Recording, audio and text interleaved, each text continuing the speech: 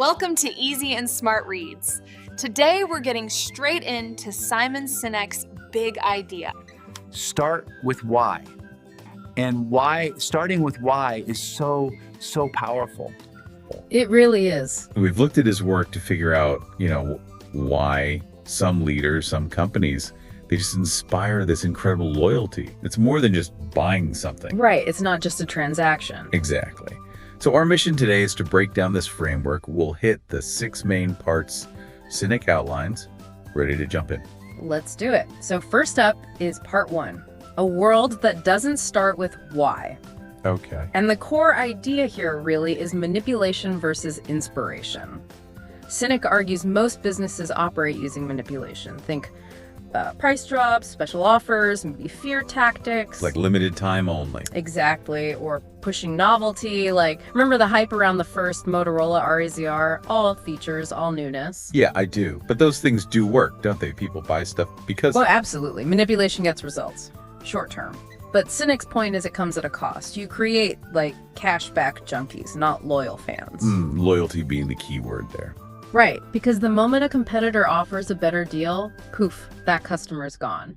It doesn't build any real trust. Just repeat transactions, maybe. Okay, so if manipulation doesn't build loyalty, what does? That seems to lead us into part 2, an alternative perspective. Precisely. And this is where his famous golden circle comes in. WHY, how, what? Right, with the 3 layers. Yeah.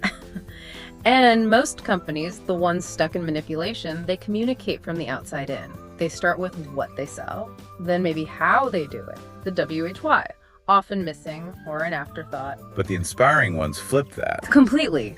Inside out. They start with WY. Think Apple, their YY is something like challenge the status quo. Then they talk about how, beautiful design, simple interface, and what? Computers, phones. And you're saying that connects differently with us? Sinek argues it's biological. The WHY speaks directly to your limbic brain. That's the part dealing with feelings, trust, decision-making, gut feelings. Not the rational part. The neocortex handles the what, the features, the facts, the rational stuff.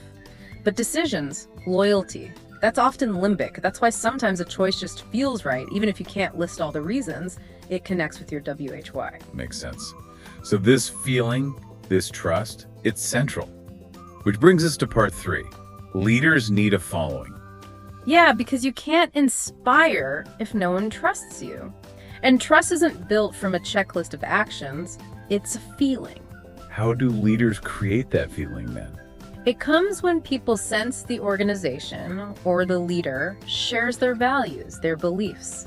Sinek uses the turnaround at Continental Airlines as a great example. What happened there? Well, they were bleeding money, terrible morale. The new CEO came in, but instead of focusing first on planes or routes, he focused on the people. He tackled the deep distrust. He showed he was looking out for them. So building internal trust first. Exactly. Create that sense of shared purpose, make employees feel safe and valued. Then they'll naturally take care of the customers. Trust flows outwards. Okay, so you build trust internally.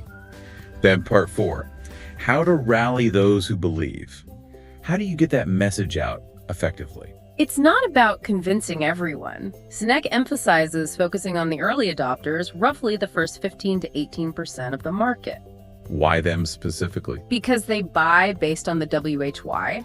They're the ones willing to pay more or put up with inconvenience because they believe what you believe. They're the true believers who spread the word. Like with major movements. Perfect example, Martin Luther King Jr. Sinek points out people didn't show up in Washington for Dr. King himself or for a detailed plan. They showed up for themselves because they shared his belief in a different future for America. His words just articulated their WHY. Precisely. He gave clarity to their feelings, their beliefs. That's how you get critical mass. But getting big has its own dangers, right? Which leads to part 5. The biggest challenge is success. Oh, absolutely. Sinek calls this the split. It's what happens when an organization grows and the founder's original clear WHY, that intangible belief, gets disconnected from the day-to-day how, W, and what.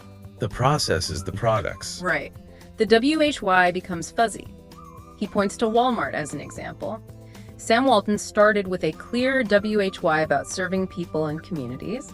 But as it grew massive, It became all about the HW low prices, efficiency. exactly, the original WHY faded. And when the WHY gets fuzzy, loyalty erodes, and sometimes scandals can follow. Sinek makes a distinction. Achievement is hitting a goal, the what. Success is the feeling you get when you're pursuing the WHY. That's a crucial difference. So if you feel that split happening or you've lost the thread, how do you get back? This sounds like part 6, discover why. It is, and the key is that the WHY isn't something you invent in a marketing meeting. It comes from looking back. Your past, your experiences, your core beliefs, it's already there. It's about uncovering it, articulating it. Right. True leadership needs that vision, the WHY, but also the ability to communicate it clearly. And then, crucially, clarity, discipline, and consistency. Meaning. Everything you do, your actions, your products, your services, your HLU, and what has to prove your WHY. If there's a mismatch, people see you as inauthentic. And that trust evaporates. Instantly. Okay, so wrapping this up. What's the big takeaway for you listening? Whether you're leading a huge company, a small team, or just navigating your own career. Having clarity on your why gives context to everything else. It's the filter for your decisions. It provides the purpose. It's the starting point. Definitely.